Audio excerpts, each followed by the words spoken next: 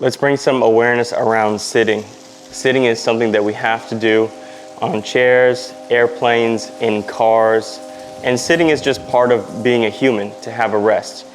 So when we are having a sit, it's very important to understand how to hold our bodies in some very healthy ways.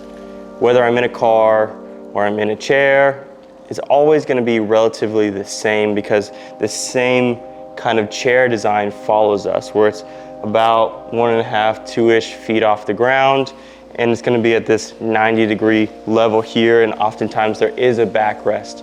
But I want you to imagine every seat as if it doesn't have the backrest, where we don't have to use it. And we're going to start from the bottom. I want my feet to be pointed straight ahead.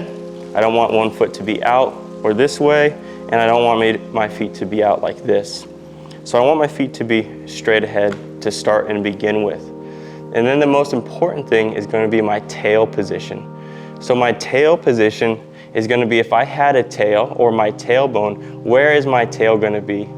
Most of the time, we find people in this position, in a tail tucked position. This is where it becomes very difficult for me to posture my shoulders and head up in a tail tucked position.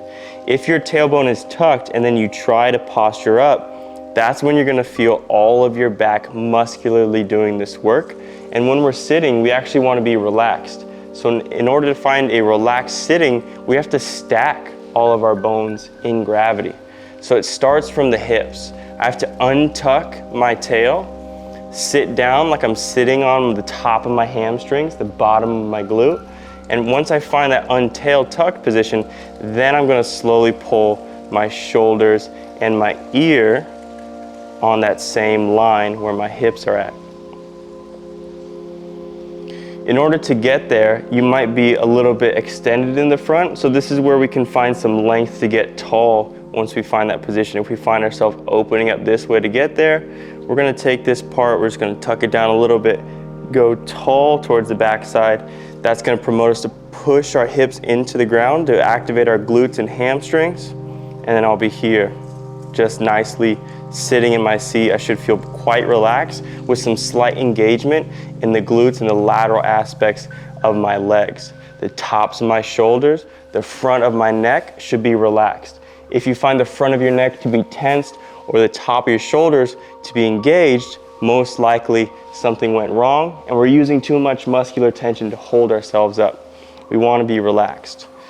So a quick and easy way to get into this, start from the bottom, have a really good base, untuck your pelvis, put it into the very back part, the back aspect of the seat. Maybe it's the back crack. We want to find the top of those hamstrings, bottom of the glutes on the ground, and then from there we're slowly going to pull ourselves upright, making sure that the front of our body isn't distended too much open, keeping it nice and compressed to the back space, and getting tall here. The last and final check that we have is our breath. If I can breathe in through my nose into the back of my body and feel my entire body expand in a 360-degree breath, that means north and south, east and west. And nice, easy exhale without crumbling in my posture. I'm doing pretty good.